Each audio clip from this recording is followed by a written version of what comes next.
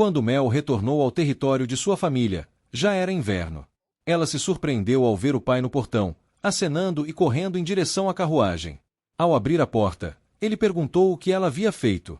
Mel ficou confusa, sem entender.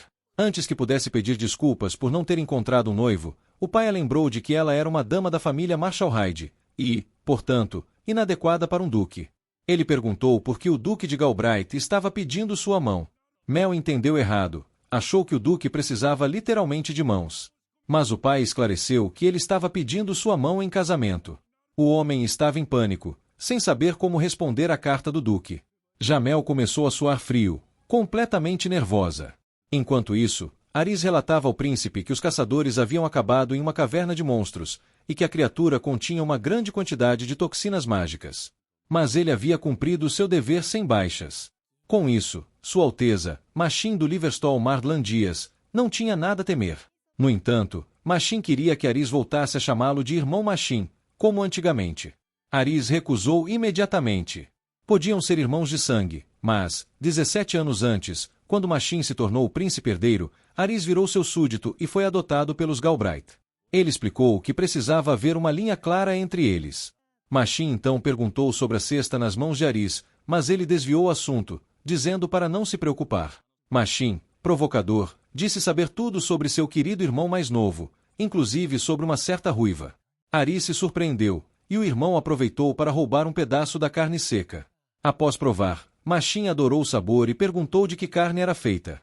Aris respondeu que era carne de Skatsbit, o que deixou o príncipe surpreso. Eram aquelas criaturinhas. Ele disse que o gosto era melhor que carne bovina de 3 estrelas. Quando Machin perguntou se foi feita pela vilã voraz, Aris disse o nome verdadeiro dela. Machin então provocou, perguntando o que ele pretendia fazer, já que não era comum ele se dar bem com alguém logo de cara.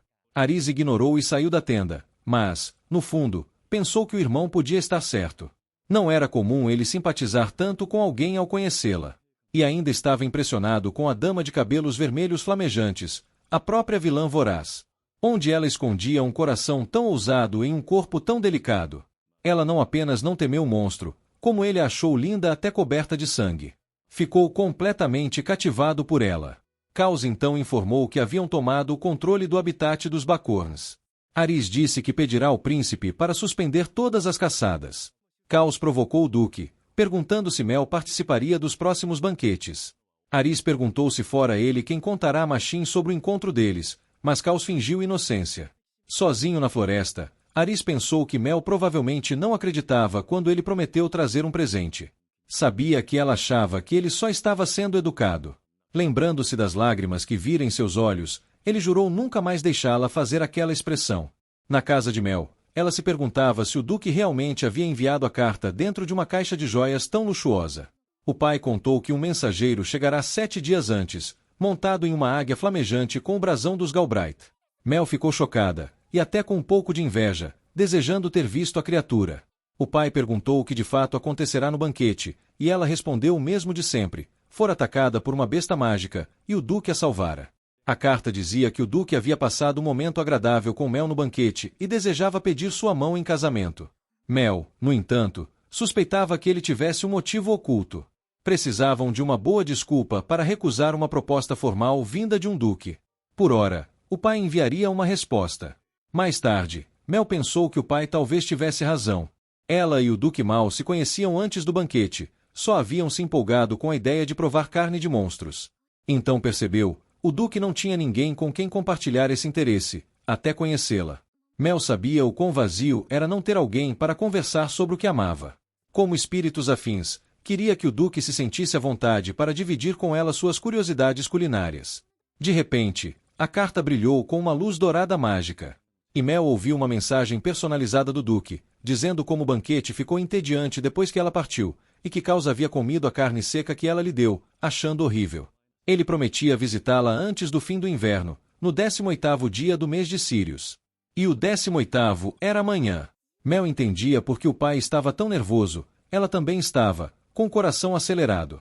Afinal, o duque viria no dia seguinte. Ela se perguntava se ele realmente vinha para pedi-la em casamento. Não precisava fazer tudo isso só para provar carne de monstro.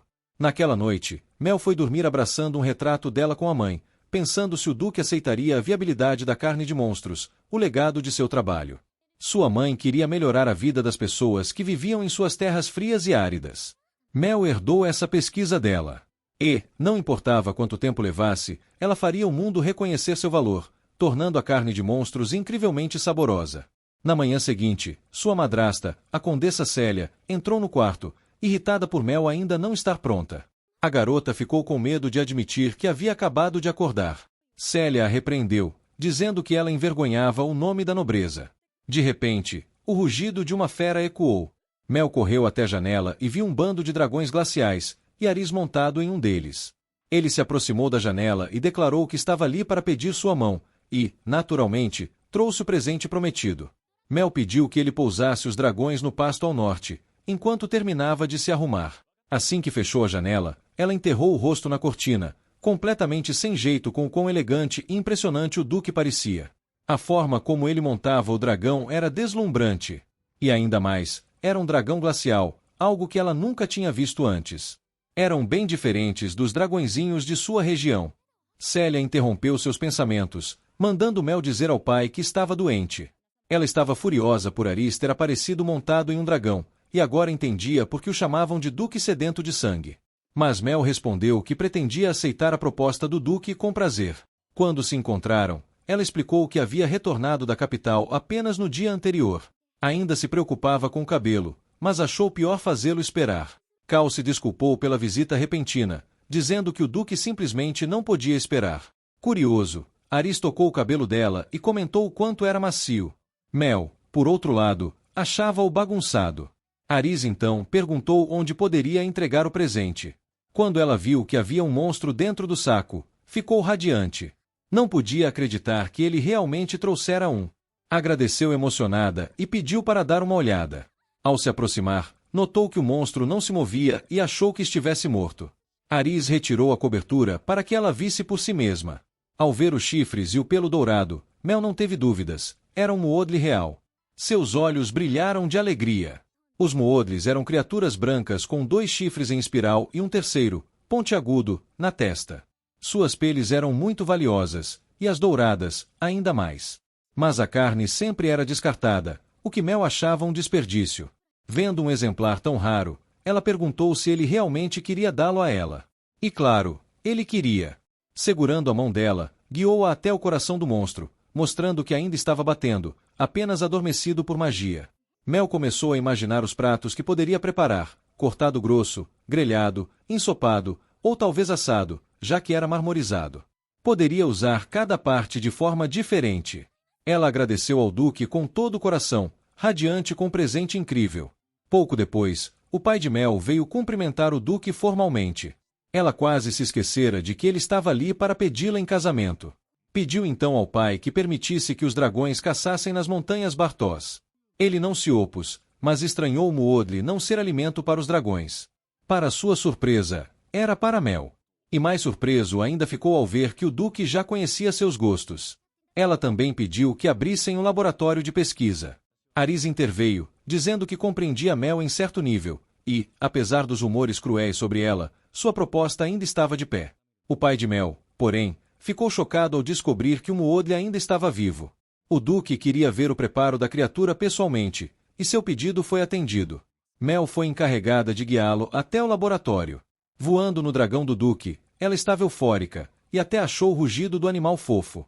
Ao ver o laboratório que herdara da mãe, Mel ficou um pouco nervosa, mas pensou que o pai ficaria aliviado se o Duque a aceitasse. O primeiro passo seria mostrar-lhe o que ela fazia ali, e ela se perguntou se, depois de ver o motivo por trás de seu fascínio por carne de monstros, o Duque ainda se interessaria por ela. E por hoje é só. Aqui quem falou foi o Lucas Chan, seu guia para os animes mais insanos dessa temporada. Se curtiu o vídeo, manda aquele like, se inscreve e ativa o sininho para continuar nessa jornada comigo. Tamo junto e nos vemos no próximo episódio.